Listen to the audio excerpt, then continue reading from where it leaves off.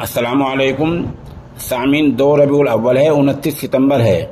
खबर का उन्वान है बिहार में फायरिंग, 5 की मौत 9 जख्मी। बिहार में ये फायरिंग पटना के बिहटा इलाके में हुई है। खबर थोड़ी तफसील से सुनिए। इत्तला के मुताबिक ये फायरिंग सुबह 10 बजे हुई है। ये फायरिंग रेत माफिया में हुई है, जहां सैकड़ों राउंड की गोलियां चली हैं। पूरा मामला पटना और ज़िला भोजपुर के बॉर्डर पर वाक़े थाना बिहटा इलाके के अमनाबाद गांव में हुआ है। अमनाबाद गांव के में जो फायरिंग हुई है, रेत माफिया में फायरिंग हुई है और यहाँ 5 लोगों की मौत हो गई है।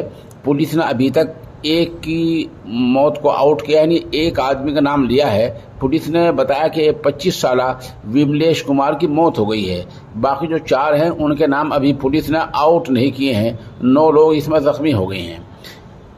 इस मामले का एक अहम पहलू ये है कि ये फायरिंग सुबह 10 बजे हुई है। सवाल ये है कि दिन में ही सरेआम फायरिंग होना, 5 आदमियों की मौत हो जाना, 9 आदमियों को जख्मी हो जाना, ये गैर मामूली बात है। तो पुलिस ऐसे में क्या कर रही होती है?